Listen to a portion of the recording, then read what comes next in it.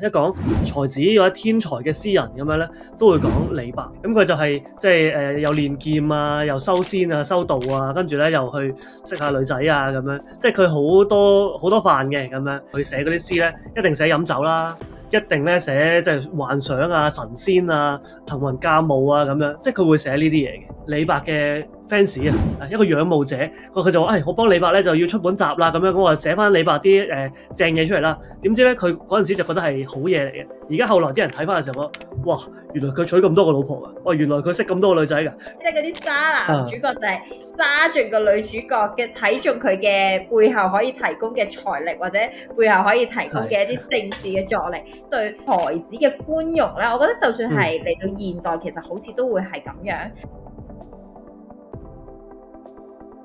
大家好，歡迎嚟到學識開咪，我係今集嘅主持人獻明。大家好，我係 Hugo。上一集咧就同師兄咧就討論到呢個紅顏禍水啦，我哋再上一集咧就有講到呢個靚仔嘅將軍啦。咁我哋今集咧就決定咧延續呢個話題啊，即係見大家好似對呢樣嘢好有興趣咁樣咧，我哋就討論下呢啲文人雅士裏面咧有冇一啲風流嘅才子。頭先咧開咪之前咧，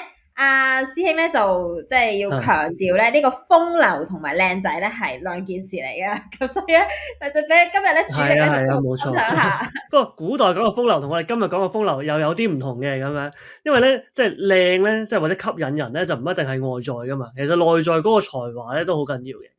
咁古代咧原本講風流呢樣嘢咧就好似即係風嘅流動一樣啊！你一吹咧，咁大家就迷倒啦，就倒下啦咁樣。咁其實同孔子嗰啲道德嗰啲風行草偃啊，咁其實一樣嘅。不過咧就係講喺即係才華方面咁樣。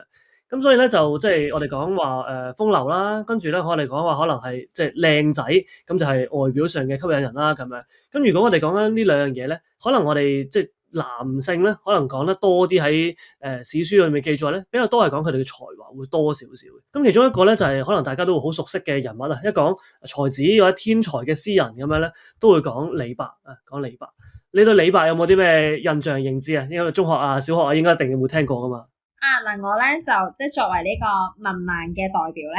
我對李白嘅認識咧就只係床前明月光。我知大家如果有睇網上嗰度出嚟嘅啲舞，淨係識得背呢首嘅啫。但係我嘅印象啦，李白個形象咧嗱，就有一樣嘢同我好夾嘅，即係佢係酒鬼嚟嘅。首先第一，佢好中意飲酒嘅。我諗佢同現代人，即係佢有好多即係點講，佢嘅價值觀可能同我哋而家現代人。都幾夾嘅，係啦，即係佢係一個活在當下啦，即係嗰啲及時行樂嘅代表嚟嘅。呢個都一定係事實嚟嘅，因為即係佢有少少外國人性格嘅，我哋會話，即係咧，因為佢係即係唔係傳統咁樣，就係讀書考科舉咁樣，跟住去做官，好勤力，寒窗苦讀嗰啲，就絕對唔係呢種風格嘅。咁佢就係即係又練劍啊，又修仙啊、修道啊，跟住咧又去即係識下女仔啊咁樣，即係佢好多飯嘅咁樣。咁而且佢嗰個才華咧，我諗即係都係大家可能會聽過，就係佢寫嗰啲詩咧，一定寫飲酒啦，一定咧寫即係幻想啊、神仙啊、騰雲駕霧啊咁樣，即係佢會寫呢啲嘢嘅。咁所以咧就即係可能呢個係我哋印象當中嘅李白，甚至乎咧傳說當中咧，即係呢個有一啲野史記載咧，就係話李白咧佢點樣死嘅咧，就係話見到水裏面有月光咁咧，所以大家佢哋就諗住撈個月光咧就跳落去就死咗啦咁樣，即係好浪漫嘅一個死法，死都要浪漫嘅。即係喺水裏面見到個倒影，見到自己太靚仔咁係咪？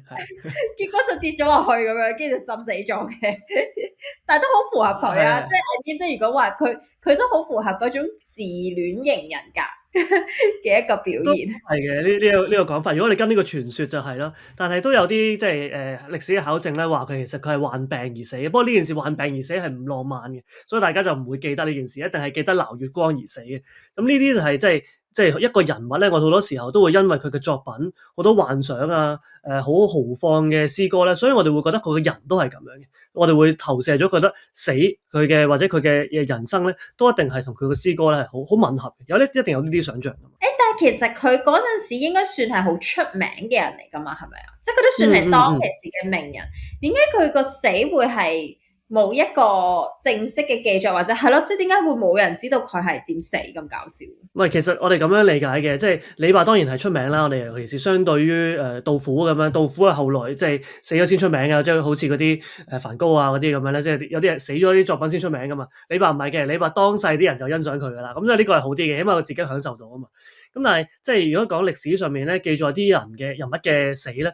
其實係好唔容易嘅。一方面咧就係、即係佢係其實文人啦，佢哋唔係啲朝廷命官啊，跟住可能係皇帝啊嗰啲咧，其實就唔會有個史官跟住你，佢去到邊咧，咁啊佢點樣生活咧，點樣死咧，可能就要喺佢啲詩歌啊，或者可能要喺佢啲文集啊，咁啊咧就去揾翻出嚟嘅。咁佢唐代都叫好啲噶啦，即係起碼有多啲即係書信啊往來嘅，咁因為都可以考證翻多少少啊，佢其實晚年有冇病咧，又佢嘅生活係點樣咧？如果即係早啲嘅話咧，其實我哋就即係你唔好話李白啊，你咩孔子、孟子、墨子乜嘢子嗰啲好多有出名嘅人，其實我哋都唔知佢生平得幾件事嘅啫咁樣。咁所以就係即係歷史上其實正史好多嘢記載唔晒嘅，所以我哋就要透過啲其他嘅資料去拼湊翻佢究竟係個點嘅人。係啊，但係嗰時唔係好興寫嗰啲咩文人傳嘅咩？即係會即係寫一個文集係講唔同即係嗰個年代或者即係唔同時代嘅一啲文人，佢好似一啲人物傳嘅一啲係啦，即係一啲集合。我以為係會有類似咁嘅嘢，都會有㗎啦。新唐書舊唐書咧，即係24史嘅正史咧，裏面咧就有李白嘅傳啦咁樣。咁但係裡面嘅記載咧就係即係都係一啲佢比較即係正經啲啦，或者比較係同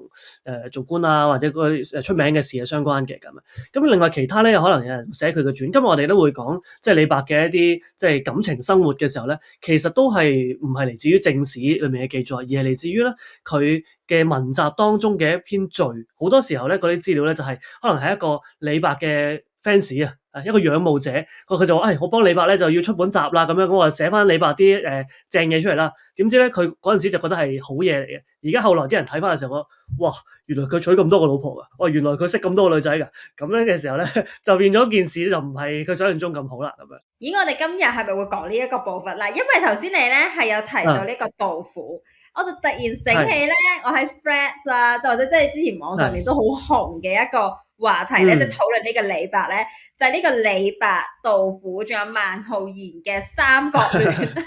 婦女群體係勁 high 嘅，即係討論呢三個人嘅時候，師兄你點樣？即係從一個我哋專業嘅中文系，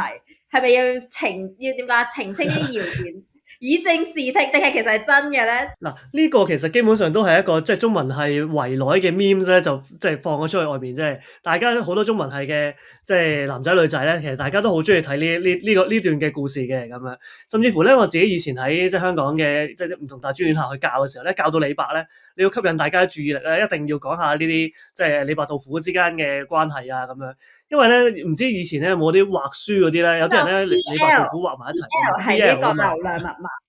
係流量密碼 ，BL 係流量密碼。但係 BL 即係婦女嘅眼光當中冇嘢係唔可以係負噶嘛，所以即係呢件事就李白杜甫係佢有好明顯嘅特徵俾佢哋想象添嘅。咁呢個係有素材喺裏面嘅，因為即係杜甫咧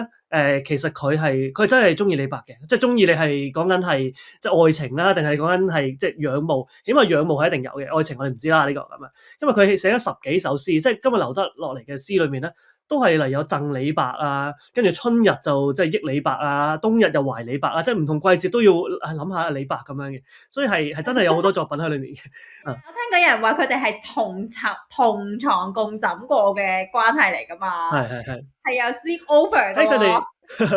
喺佢哋年輕嘅時候咧，應該即係起碼杜甫年輕嘅時候啦。咁啊，佢咧就係有寫過一首詩咧，就去講佢哋係有所謂剪燭夜語，即係喺夜晚就點住蠟燭咁啊，夜話傾下偈，傾心事咁啦，唔知係傾詩歌啊，定傾心事定傾咩啦。咁所以呢一句咧就俾大家捉到啦。哇！嗰個想像就係起碼喺同一間房點住個蠟燭。燭光之下咧，昏暗嘅環境，哇！咁大家就想像啦。你諗下啲父女見落幾咁興奮，諗起個畫面都興奮。係，但又唔單止得杜甫喎，因為一定一個會令人即係激動嘅愛情故事咧，多數都有第三個人嘅。因為李白就寫過一句好直接嘅説話啊嘛，就係唔愛孟夫子啊嘛。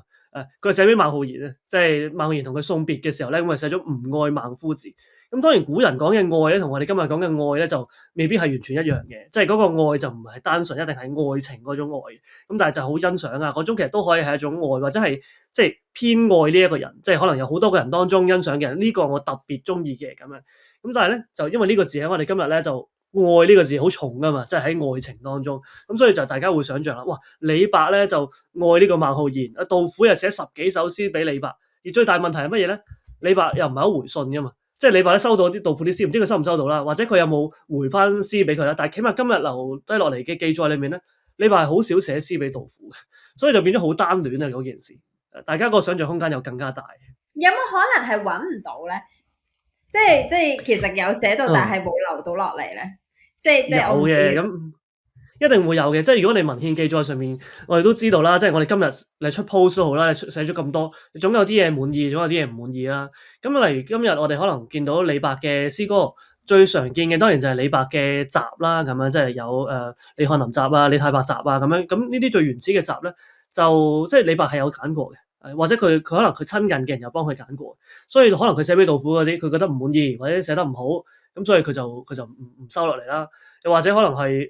秘密啊，寫俾你，唔俾大家知，唔公開嘅咁樣都得噶嘛，係咪？有多啲幻想空間都可以噶，秘密情書咁樣咯，即係死後之後燒晒咁樣，即係唔可以俾人知咁樣。係啊，呢個就即係不得而知啦，即係但係呢一個就係一個唐代好多人會去傾嘅一個三角關係啦，甚至乎有啲人會再拉埋其他嗰啲詩人入嚟嘅，即係呢個又同李白有關係，嗰個又同杜甫有關係，咁啊拉一個好大嘅關係網出嚟咁添。咁當然呢個都係一個學習唐詩嘅好方法嚟嘅。因為頭先你講話佢講話唔愛孟夫子咧，我第一下就係諗到聖經另外一個好出名嘅 BL 疑似 BL 嘅 case 咧，就係大衛同埋約拿單啊嘛。我唔知即係如果有睇過聖經嘅朋友咧，應該有知，因為聖經裏面係有寫話，又係好直接寫話大衛愛約拿單噶嘛。咁然之後大家咧就好 hyper，係真係哇！呢個係一個第一對即係點講公開出櫃嘅聖經人物咁樣。我突然之間你頭先講話即係嗰個李白愛孟浩然嘅時候，我第一下就諗到，即係呢度值得討論嘅就係以前講嘅愛同我哋而家講嘅愛可能係有啲唔同嘅。即係我哋用愛呢個字同我哋而家順便可以講下呢個愛呢個字就係即係我做墨子啊嘛，墨子又講兼愛啊，講愛一定講得最多啦。其實而家呢啲英文翻譯咧，佢唔 prefer 譯做 love 嘅，譯做 care 嘅，其實係關心嗰種會多啲喺裏面嘅。所以即係愛呢個字其實可能好多係牽涉一啲行為，係你好對呢個人好啊，好關心佢啊。咁樣，所以喺以前做某一啲翻譯啊，或者某一啲嘅即係書寫裏面咧，其實佢哋冇一個咁愛情嘅成分放喺裏面嘅。咁大家就即係要收一收翻個幻想先。呢個翻譯問題嚟㗎，不過呢個係另外一個好大嘅 topic， 即係呢個關乎到當初呢個 love 或者我哋再 specific 啲 romantic love 呢個 concept 進入中國嘅時候。啲依家五四運動嗰班人到底決定點樣用一個即係中國語境裏面點樣翻譯佢咧？咁樣翻譯呢一個 concept 嘅時候，佢哋就揀咗愛呢個字咯。係啦，咁但係其實有少少即係你係改咗愛原先嘅一啲 concept，即係佢原先嘅一啲內涵，其實係有少少改咗。係，但係我哋唔緊要，我哋先接受咗呢個 setting 先，即係話呢個杜甫暗戀呢個李白。然後李白愛呢個孟浩然，請問阿孟浩然係咪愛李白咧？即係咪呢個你愛他，他愛你愛他，他愛他，跟住唔知啊，我已經講唔到，即係嗰個三角嘅關係。好貴圈真亂啦，已經係嗰度冇咁強嘅，即係孟浩然都有寫詩俾李白，但係就冇咁強嘅呢一啲即係咁直接嘅用語咯，咁樣。所以即係你要拉嗰個圈係可以拉到好大嘅，但係就即係我諗即係 BL 嘅嘢咧。即係我哋估下、想像下，但係如果講李白嘅話咧，可能可以再講多啲，就係佢即係實際上其實佢係中意女人嘅。呢件事我哋可以 confirm 嘅。咁我幫所有婦女，即係呢個父嘅姊妹們，即係佢有可能係雙性嘅，即係啦，即係留個空間，有個可能性喺度係咪？係啦，留個可能性俾大家。係你繼續。係佢嘅家庭，即係佢中意女人，點樣中意女人法咧？嗱，李白咧，即係我哋即係睇佢嘅嗰個生活嘅時候咧，咁當然有一啲可能係喺唐代佢哋會即係可能有詠妓啊，即係或者即係嫖妓啦，你所講。雖然同我哋今日想象嘅未必完全一樣啦，佢就可能係因為唐代啲樂坊咧就會係即係吟詩作對啊、唱歌啊、歌女啊。嗰種咧，咁李白嘅詩歌裏面咧，其實係有好多呢一啲嘅描述嘅，咁所以即係佢對女性或者對，如果你講對女性嘅音樂係有興趣嘅咁樣，但係另一方面咧，其實喺即係頭先講啦，話李白嘅集裏面咧，佢就有一個佢嘅愛好者啊，就係佢叫做即係魏浩。佢係魏徵嗰啲即係後代嚟嘅咁樣，咁咧佢咧就幫李白咧就編咗呢個集啦，又寫咗個序啦。佢裏面咧就記載咗一啲喺唐代正史裏面咧就冇特別記載嘅嘢，但起碼因為佢仰慕李白噶嘛，所以佢知道李白啲私人嘢啦。佢就講咗李白咧，其實原來有4段婚姻嘅，有4段婚姻嘅。即係喺嗰陣時，你淨係喺以前嘅標準嚟講，已經係唔少啦，係咪？都唔少㗎，其實即係我哋諗一諗咧，就係即係李白、杜甫咧，佢哋盛唐即係嘅詩人啦，咁樣。咁其實佢哋都係一個中間佢哋後來會要經歷呢一個嘅即係安史之亂啊，經歷好多嘅動亂嘅嘢啊。咁所以其實嗰個婚姻咧，其實都係會。即係會隨住嗰個社會動盪咧，你未必會有咁多時間啊！話你就係投落一個地方，然後咧就結婚，然後咧就好穩定嘅家庭，佢哋都唔係一個咁樣嘅社會狀態嚟嘅。咁不過咧，我哋就即係點解話李白佢嗰個婚姻仲更加即係需要我哋去講，或者係好有特點咧、特色咧咁樣？就因為咧佢娶咗即係4次結婚裏面咧，即係我哋今日嘅現代嘅研究去睇李白嘅生平嘅時候咧，就發現咧有2次嘅婚姻咧，其實佢都係娶咗唐代前丞相嘅女嚟，即係嗱4個裏面有2個係前丞相嘅女喎，咁所以咧其實都係幾犀利。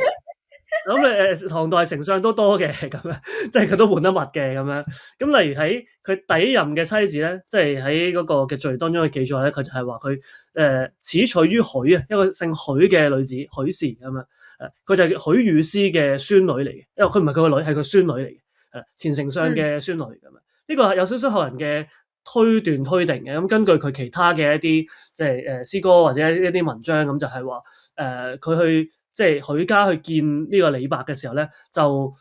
好欣賞佢啦，咁就將呢個孫女咧就即係嫁咗俾佢咁樣。咁而呢一樣嘢咧，某程度上對於一個即係喺域外生活，因為李白本身係喺蜀地嗰度生活嘅，喺遠啲嘅地方嘅咁樣，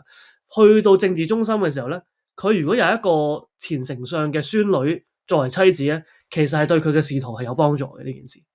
咁所以就有啲人都會推想就係會唔會其實係因為呢個原因有啲政治婚姻咁樣，咁其實都係會係一個合理嘅推想嚟嘅。呢個係佢第一段定係點啊？定係第幾段？第一段婚姻嚟嘅，即係相傳係第一段婚姻嚟嘅。第一段就已經係前丞相嘅孫女啦。咁但係你講得第一段，即係應該有第2段啦。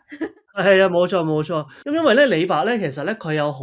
幾次咧，就係去唔同地方嘅，即係佢有去咗京城啦，又去咗山東住啦，跟住之前又喺四川啦，所以其實佢即係移動都多嘅咁樣。咁所以咧，佢後來咧又有記載咧，有另一個咧係叫做劉氏啊。咁個劉氏咧，佢嗰個記載咧就比較特別啲嘅，佢就話係合於劉氏，然後咧又同佢訣別。咁呢個訣咧有啲嘅講法咧就係話可能係離婚，或者有啲人咧就係即係結婚離婚嗰種訣，因為唐代已經容許離婚㗎啦。咁但係亦都有啲人講就係話其實呢個合於咧就唔一定係結婚㗎嘛，因為上面用娶於許，佢而家就係同佢係結合啫，結合跟住咧又再訣別，可能就係短暫嘅情人。咁但係佢就有記低喺呢一個嘅序當中。所以即係有一啲嘅講法咧，就係話李白其實佢因為又形容佢係風流啊，跟住佢有好多唔同嘅即係呢啲感情嘅生活嘅時候咧，有啲人可能就會覺得佢可能去到唔同一個地方嘅時候咧，就喺嗰度就揾一個女子咁啊陪下佢，同佢一齊咁樣。咁可能佢去第二度嘅時候咧，佢會唔會處理咗嗰段關係先至走咧？咁呢個就其實歷史上面我哋揾唔到嗰個記載嘅。但係起碼呢個咧就見到佢同劉氏咧訣別咗，分開咗。咁然後佢就可能去第二個地方，可能去咗山東，跟住佢係去咗山東嘅，有第3段嘅關係。咁呢個第3段關係咧，去山東嘅時候咧，佢又同一個婦人啊，甚至乎呢連個名都唔知啊！而家呢個第3段係唔知道咩名，但係佢都係話合於老嘅咁啊，但係就生咗仔，就生咗個仔嘅。咁所以即係唔係一個都唔知短唔短暫啦，但係起碼佢係有同個仔應該係有一啲相處，有啲感情嘅，即係唔係話走咗啦，唔知有個仔咁樣，就唔係嘅。咁所以就呢個係佢第三段關係。佢完全係咧，而家好興嗰啲短劇咧，嗰啲渣男主角嚟嘅喎，即係騙婚啊！即係去一個地方就即係我唔知啊，佢係咪全部啲女人都係富婆嚟㗎？即係又好似佢之前嗰段許氏咁樣，又係前丞相嘅孫女咁樣，或者係前丞相嘅唔知邊個咁樣。最後一段咧就係、最後一段婚姻咧就都係有錢女嚟嘅，應該係即係起碼頭嗰段同最後嗰段係有錢女嚟嘅，中間嗰兩段咧就唔知道係嘛。但係咧其實係即係做李白嘅生平研究嘅學者咧，我唔知道究竟學術研究咧應唔應該做好多呢啲主觀判斷啦。但係我係即係見到其實都有幾多嘅呢啲研究去講，覺得推想咧就係李白係冇乜家庭觀念嘅。李白咧係冇乜呢種負責任嘅家庭觀念嘅。我唔知呢個係咪一個學術研究最終應該得出嚟嘅結果啦。咁樣，但係都係合理嘅推斷嚟嘅。咁但係佢哋會推想翻就係會唔會同佢好主觀啊！佢呢個完全夾雜呢個人私怨啊，感覺上係，但係佢攞嚟係推想翻就係話，因為有講到李白嗰個血統啊，其實可能佢話佢出生即係佢喺佢嘅族人咧係碎葉城，有啲人就話即係喺西域一啲嘅，有啲人咧可能話佢係即係唔同地方青年縣咁樣，即係幾個嘅爭議。咁有啲人就話其實佢呢種對家庭嘅觀念咁樣睇咧，可能就係嚟自於佢比較開放啲嘅一個血統或者點樣。不過血統嘅人都冇關係嘅，即係咩血統嘅人都可以花心，咩血統嘅人都可以專情嘅，其實就唔係啊，呢個文化嘅推崇啦，即係佢專係揾嗰啲有權有勢，又或者有錢女，完全係就係嗰啲短劇咧，即係嗰啲渣男主角就係揸盡呢個女，即係揸盡個女主角嘅睇中佢嘅背後可以提供嘅財力，或者背後可以提供嘅一啲政治嘅助力，揸盡之後咧，跟住就去走去娶。聲稱啦，佢比較中意嘅女子咁樣啦，跟住就要嗰個大婆接受，或者就係離學要飛咗個大婆，然後同呢個真心中意嘅女子相宿相妻咁樣，完全係咁嘅敘事嚟。係啊，即係呢一個其實唔單止係李白呢一種啦，其實我哋講緊好多時候古代嘅嗰啲愛情小説咧，即係都總有啲嗰啲言情小説，古代都有噶嘛。佢哋嗰啲叫做才子佳人小説啦。咁雖然就有啲性別定型嘅，即係總之係一個才子一定係有才華嘅，佢唔一定靚仔。咁咧就跟住咧有一個咧就係靚女咁樣，咁咧就究竟佢可能喺佢窮困窮書生嘅時候咧，咁個女仔又點樣資助佢啊？跟住咧個家人又點樣照顧佢啊？咁但係佢考到功名之後咧，有啲就好結果嘅，咁啊大家接翻佢翻嚟結婚咁啦。有啲咧就係即係要娶個第二個拋棄佢啊咁樣。即係愛情故事多數都係咁嘅。係啦，咁所以即係呢個當然喺後來即係嗰啲小説明清小説就會更加多呢一種嘅，但係即係喺以前嘅呢一種思維裏面，才子有好多個佳人，然後佢最終中意邊個呢一種嘅敘事咧，都好常見。就係放到我哋而家現代咧，好似才子呢個 term，即係都係會形容一啲好有才華嘅人啦。咁然後somehow啲好有才華嘅人咧，嗰啲私生活咧都係好混亂嘅喎。即係就算放喺我哋而家嘅標準，然後大家好似就會覺得因為佢係才子啊嘛。才子就風流噶啦，即係好似就呢樣嘢係可以被接受咁樣咯。即係唔知我即係我感覺上嗰個社會嘅觀感，好似就係咯，即係容許才子風流嘅。但相反咧，如果係女仔做呢樣嘢，好似我哋上一集我哋討論呢個夏姬咁樣啦，可能女仔做差唔多嘅嘢咧，就會俾即係嗱，夏姬又係嫁咗俾幾個人噶嘛，即係佢又係幾段婚姻咁樣啦。因為女仔做呢件事咧，就會俾人話係紅顏禍水咁樣咯，即係完全係雙標到不行。係一定有雙標喺裏面噶啦，呢一個情況。咁當然我哋即係知道接受古代係咁樣，同埋古代咁樣啱唔啱係兩件事嚟噶嘛咁樣。不過即係咁講啦，就係唔係話才子就會風流，而係才子好似比較容易即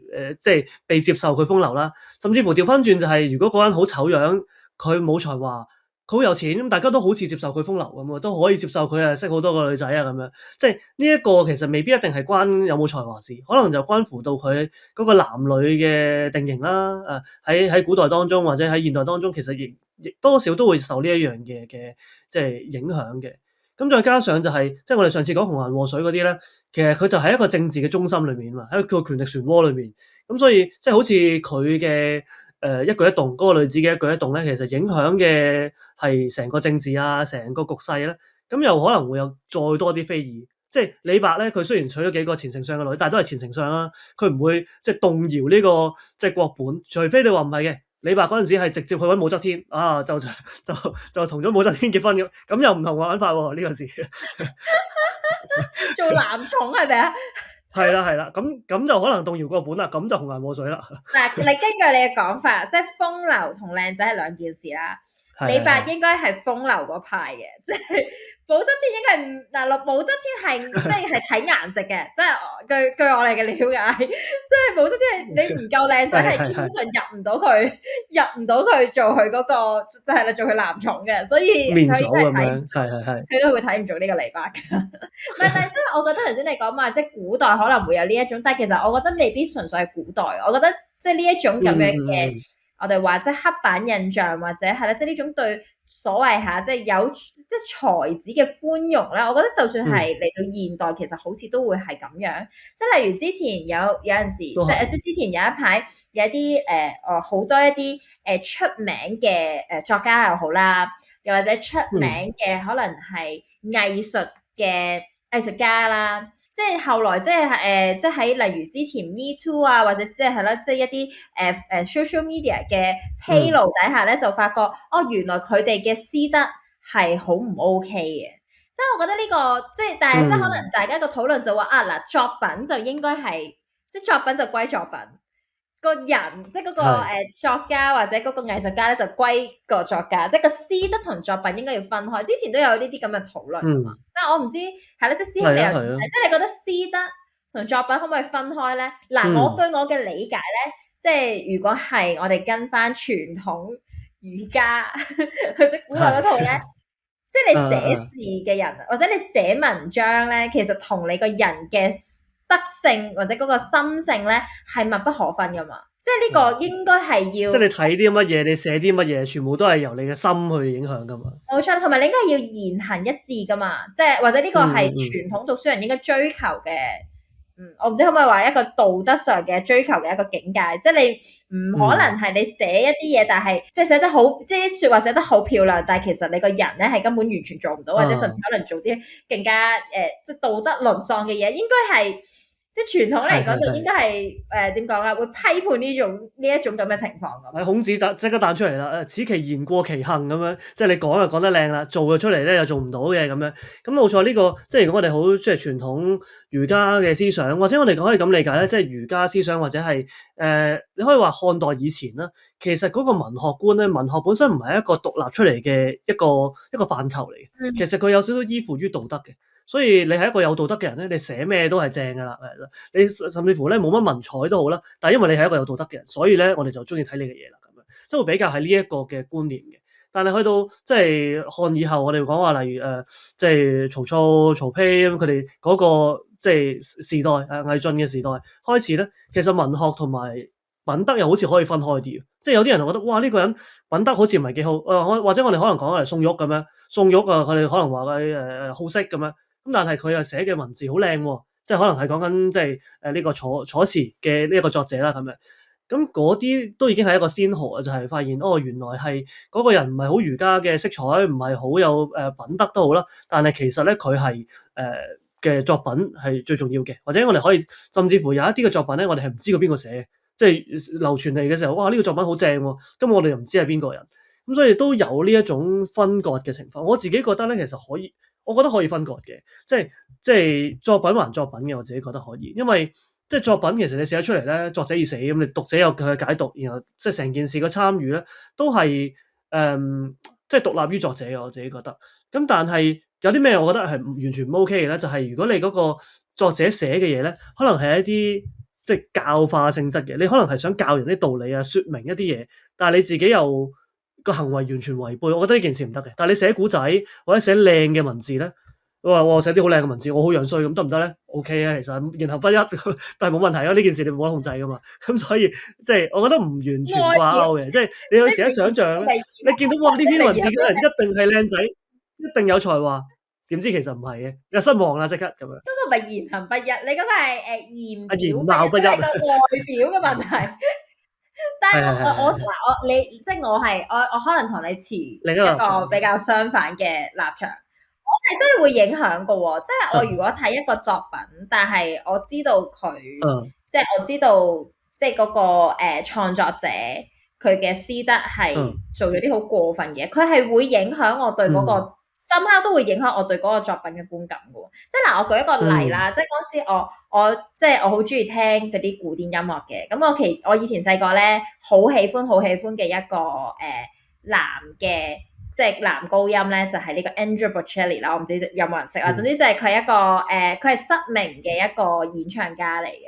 跟住我迷咗佢好多年啦，直至到咧有一年，我突然之間唔知喺邊度，即係總之收到個即係唔係收到消息嘅，即係總之後來先知咧，就係佢原來係出軌嘅，即係佢即係啦，即係總之佢係出軌嘅渣男。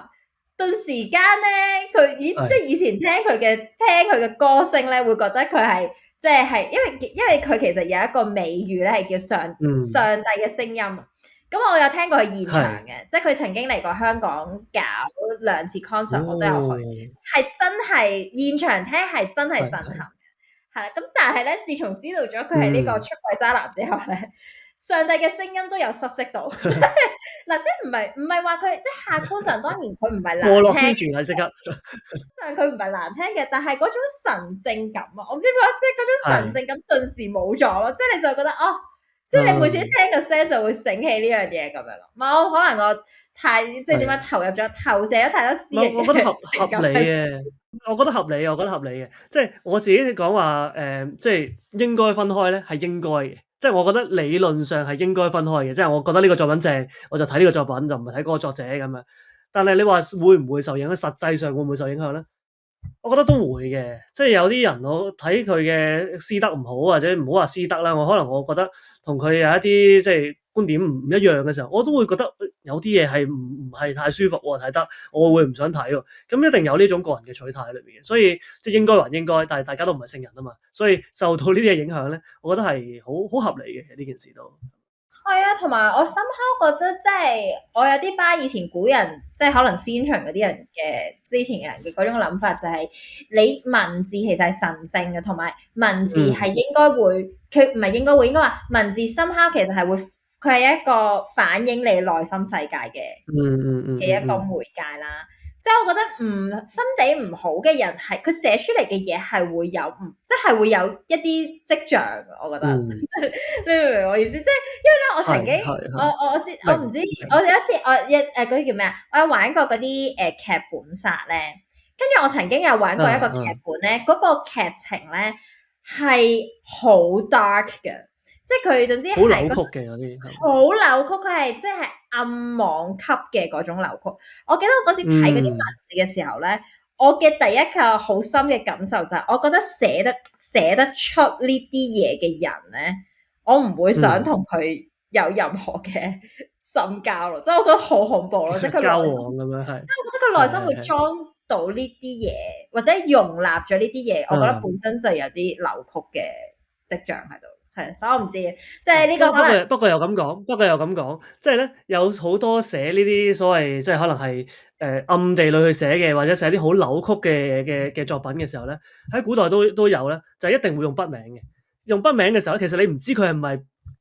本身係一個好出名嘅作家，因為有時咧有啲嘅嘢咧可能睇嘅時候，例如古代嘅《金瓶梅》啊，或者咩嗰啲咁樣，蘭亭笑笑生嘅筆名嚟噶嘛。其實寫得出咁靚嘅文字，或者佢表達到咁樣嘅嘢咧，其實佢應該都可以出名嘅。即係佢寫翻啲正經嘢嘅話咧，佢應該都係會出名。所以其實可能係同一個人嚟嘅，只係用另一個面向話俾人聽啫。我其實可以寫下啲其他嘢，或者我輕鬆嘅時候唔想俾人知呢個係我用筆名寫，所以就即係雖然同李白呢個唔一樣啦。呢個咪即係我哋而家現代講嘅小號咯，即係喺網絡咧，你開一個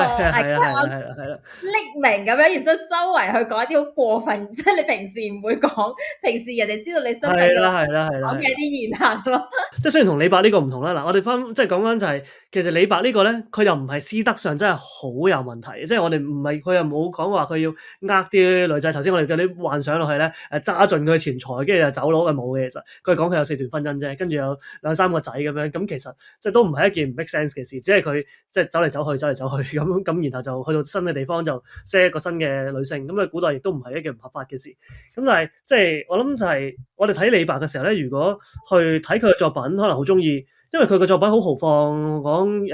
仙境任俠咁樣，同佢呢種嘅特徵咧，又唔係話好唔 match。如果你話唔係嘅，你睇杜甫，原來杜甫係好多個老婆嘅咁樣，咁件事係會有啲唔 match 嘅，我覺得，即係杜甫憂國憂民啊，就係餓死啊咁樣，跟住就原來佢係風流快活嘅，咁可能你會覺得有啲矛盾咁樣，但係即係始終作品同埋即係嗰個人之間嘅嗰個品德或者佢嗰個私人生活咧，即係點樣去睇，我覺得呢個都的確係值得我哋思考。係咯，或者我覺得呢個可能留俾觀眾係啦，自己可以有一個。大家可以喺 comment 嗰度講下大家嘅睇法係點樣，所以我覺得呢個都冇一個標準答案嘅。係，如果我哋係啦，即係我哋今集嘅時間差唔多啦。咁我哋如果即係下次睇下大家仲對一啲邊啲文人或者對於係啦，即係邊啲係啦，即係邊啲文人雅士嘅一啲故事，如果係有興趣嘅話咧，都可以喺留言嗰度咧建議同我哋講，俾我哋知你想聽邊個。想食咩花生咁樣，好，我哋下次再見啦，拜拜。OK，好，拜拜。